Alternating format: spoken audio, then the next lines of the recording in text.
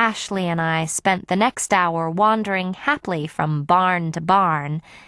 In the candy barn, we played Sherlock Knows, a game Ashley invented years ago, in which one player blindfolds the other and takes her on a tour of jelly bean bins until the blindfolded one has correctly identified 7 flavors in a row.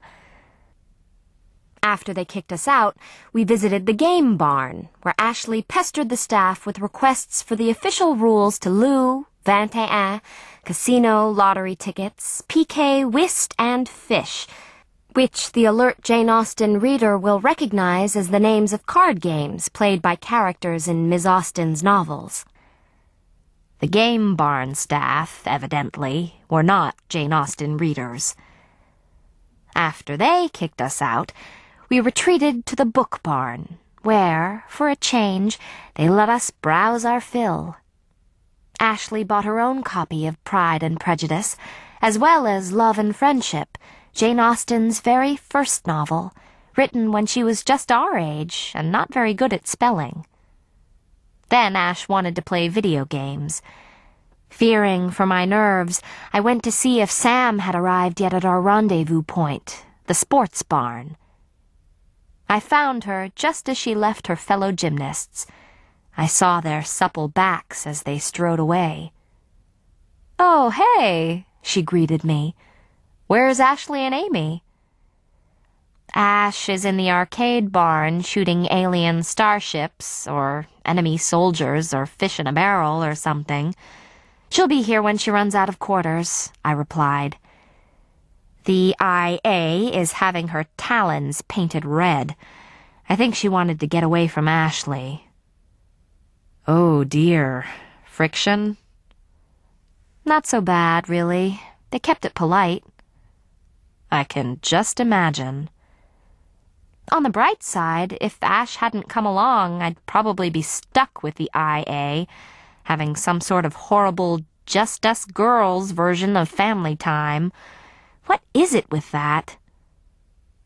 Sam made a sympathetic face. "Right, the maternal thing. You know why she does that, don't you?"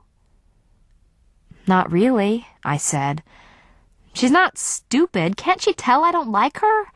And it's not like she likes me, either. Does she think it'll please my father, or is she just trying to torture me?" "Maybe a little. But mostly I think her deal is she really wants children and she's afraid she can't have any. She thinks you're all she'll get." "Ick," I said. I couldn't decide which was worse, being stuck as Amy's substitute daughter, or having a little half-sibling, with Amy contributing the other half. Sam changed the subject. "Hey, speaking of Ig, want to see something funny?" She steered me past aisles of fleece and spandex. "They've got sample team uniforms in here that must go back to at least the 1920s. There! Just look at that!"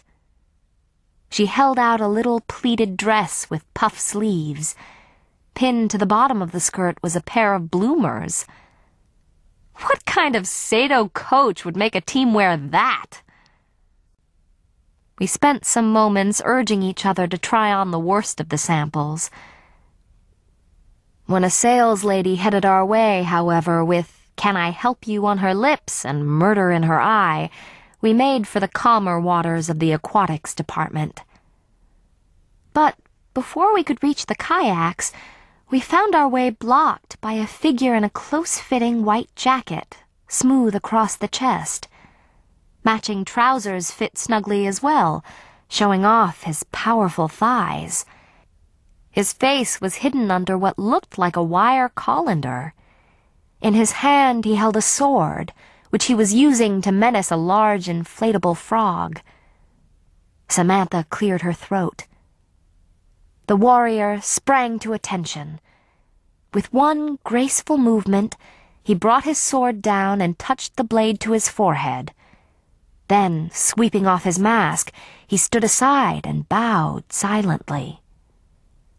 As he rose from his curtsy, I found myself staring transfixed, eyes locked with the blazing turquoise eyes of my mysterious stranger. For a moment I stood and stared. Then Sam said, "Oh, hi," breaking the spell. The stranger smiled at her, showing the tips of his beautiful white teeth. He bowed again slightly and withdrew. Feeling weak and trembly, I breathed, "Samantha, who was that masked man?" "Some guy from Zach's dojo," she answered. "I don't remember his name. I think they might have kendo together." Kendo?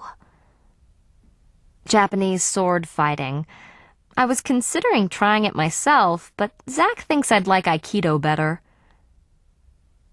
Shyness prevented me from asking Samantha any more questions about the stranger.